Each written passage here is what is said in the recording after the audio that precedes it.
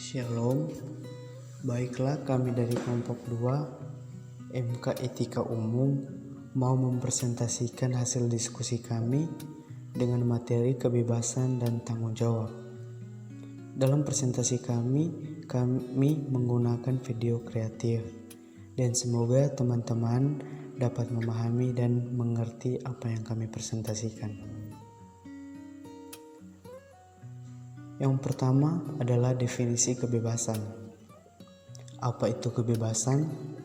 Menurut KBBI, kata bebas artinya tidak terhalang, tidak terganggu sehingga dapat bergerak, berbicara, berbuat. Tiap-tiap anggota dapat mengungkapkan pendapatnya. Ada banyak pengertian kebebasan dan pengertian yang paling sederhana dan klasik adalah tidak adanya larangan.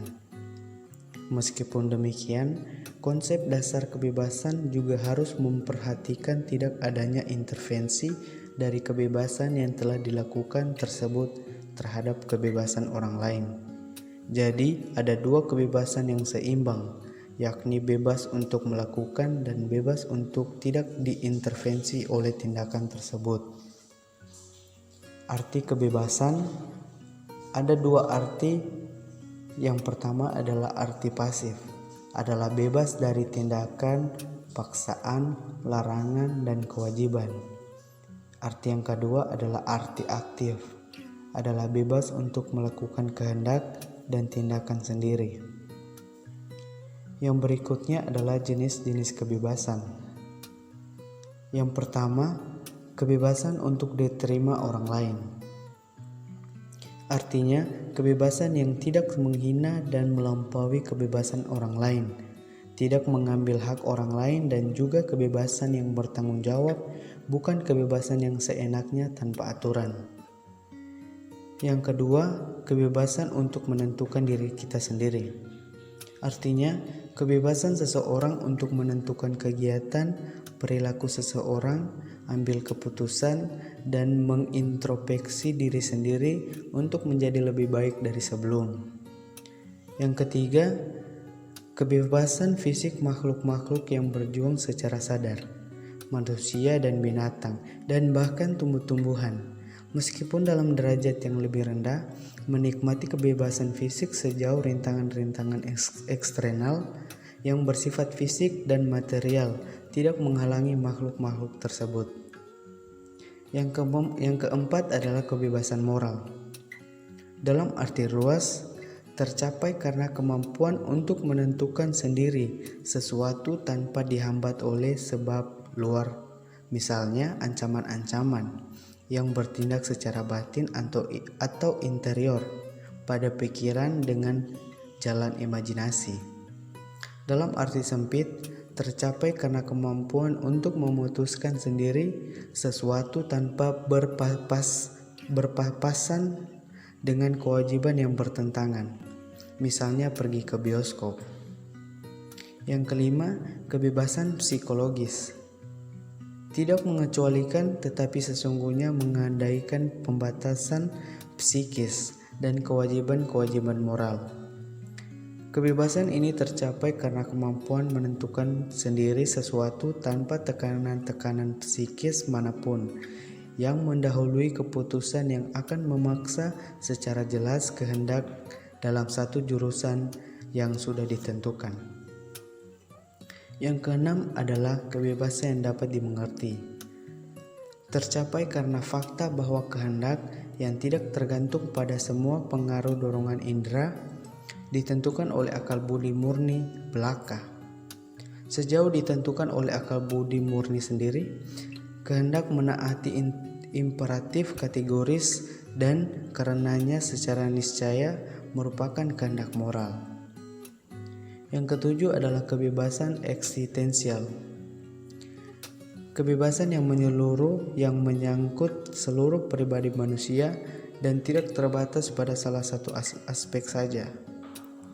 Kebebasan eksistensial adalah kebebasan tertinggi.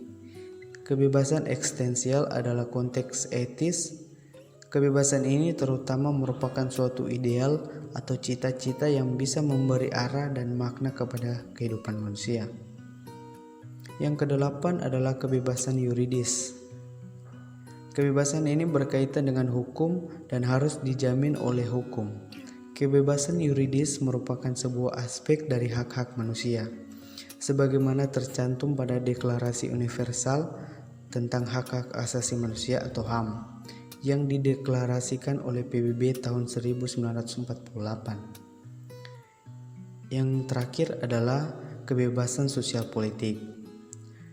Kebebasan sosial politik dalam perspektif etika, kebebasan juga bisa dibagi antara kebebasan sosial politik dan kebebasan individual. Subjek kebebasan sosial politik yakni yang disebut bebas di sini adalah suatu bangsa atau rakyat. Kebebasan sosial politik sebagian besarnya merupakan produk perkembangan sejarah atau persisnya produk perjuangan sepanjang sejarah. Yang berikutnya adalah definisi tanggung jawab.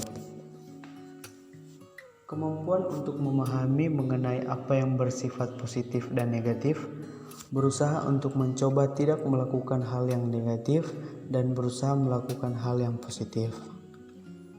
Hal mengambil keputusan yang patut dan efektif merupakan pihak terbaik dalam batasan-batasan norma sosial.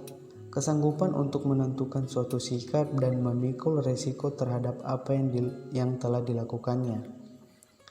Tanggung jawab artinya kesadaran diri manusia dalam melakukan setiap pilihan hidup, perbuatan dan perilaku hidup wajib dilakukan tanpa mengelak, serta menerima konsekuensi yang dihasilkan dari menanggung segala sesuatu tersebut. Yang berikutnya adalah jenis-jenis tanggung jawab. Jenis-jenis tanggung jawab yang pertama adalah tanggung jawab terhadap diri sendiri. Tanggung jawab terhadap diri sendiri menuntut kesadaran setiap orang untuk memenuhi kewajibannya sendiri dalam mengembangkan kepribadian sebagai manusia pribadi. Yang kedua, tanggung jawab kepada keluarga. Keluarga merupakan masyarakat kecil. Keluarga terdiri dari suami istri, ayah ibu dan anak-anak, dan juga orang lain yang menjadi anggota keluarga. Tiap anggota keluarga wajib bertanggung jawab kepada keluarganya. Tanggung jawab ini menyangkut nama baik keluarga.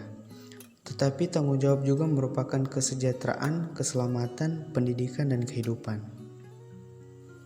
Yang ketiga adalah tanggung jawab terhadap masyarakat. Pada hakikatnya, manusia tidak bisa hidup tanpa bantuan manusia lain, sesuai dengan kedudukannya sebagai makhluk sosial. Karena membutuhkan manusia lain, maka ia harus berkomunikasi dengan manusia lain tersebut. Sehingga dengan demikian manusia di sini merupakan anggota masyarakat yang tentunya mempunyai tanggung jawab tersebut. Wajarlah apabila segala tingkah laku dan perbuatannya harus dipertanggungjawabkan kepada masyarakat. Yang keempat adalah tanggung jawab terhadap bangsa dan negara. Suatu kenyataan lagi bahwa setiap manusia, tiap individu adalah warga negara sesuatu negara. Dalam berpikir, berbuat, bertindak, berperilaku, manusia terikat oleh norma-norma atau ukuran-ukuran yang dibuat oleh negara. Manusia tidak dapat berbuat semuanya sendiri. Bila perbuatan manusia itu salah, maka ia harus bertanggung jawab kepada negara. Yang berikutnya adalah ciri-ciri tanggung jawab. Tanggung jawab ditandai dengan adanya sikap yang rasa memiliki, disiplin dan empati, menghormati dan menghargai aturan, menyadari tanggung jawabnya tanpa harus diberitahu. Tidak ada tanggung jawab tanpa kebebasan dan sebaliknya. Kebebasan yang kita miliki tidak boleh diisi dengan sewenang-wenang, tetapi secara bermakna. Artinya semakin bebas, semakin bertanggung jawab. Yang berikutnya adalah hubungan antara kebebasan dan tanggung jawab. Kebebasan mengandaikan tanggung jawab. Tanpa tanggung jawab, kebebasan lepas kendali, di mana kebebasan dihasilkan dan tanggung jawab dituntut. Kebebasan membuat orang bertanggung jawab terhadap tindakan sejauh tindakan itu dikehendaki. Jadi, di mana kita menciptakan kebebasan, di situ kita dituntut bertanggung jawab atas kebebasan yang kita lakukan atau kita ciptakan. Akhir kata dari kami, di mana kita menciptakan kebebasan, di situ dituntut tanggung jawab. Demikianlah presentasi kami dari kelompok 2. Semoga teman-teman dapat memahami dan mengerti apa yang kami presentasikan. Terima kasih. Shalom.